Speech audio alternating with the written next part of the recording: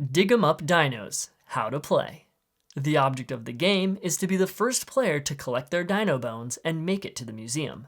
Lay out the board, shuffle the dig cards, and place them face down to form a draw pile on their spot on the board.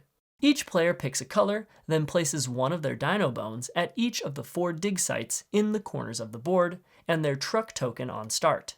Pick a player to go first, then play moves to the left. On your turn, spin the spinner and move the indicated number of spaces along the path on the board, following the arrows. Players are allowed to share spaces and pass each other. The special spaces are: map. Travel to any other space of your choice.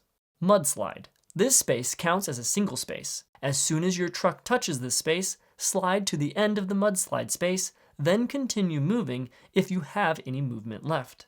Shovel. Draw 1 dig card from the top of the deck and do what it says, then discard the card to the face-up discard pile. Dig site.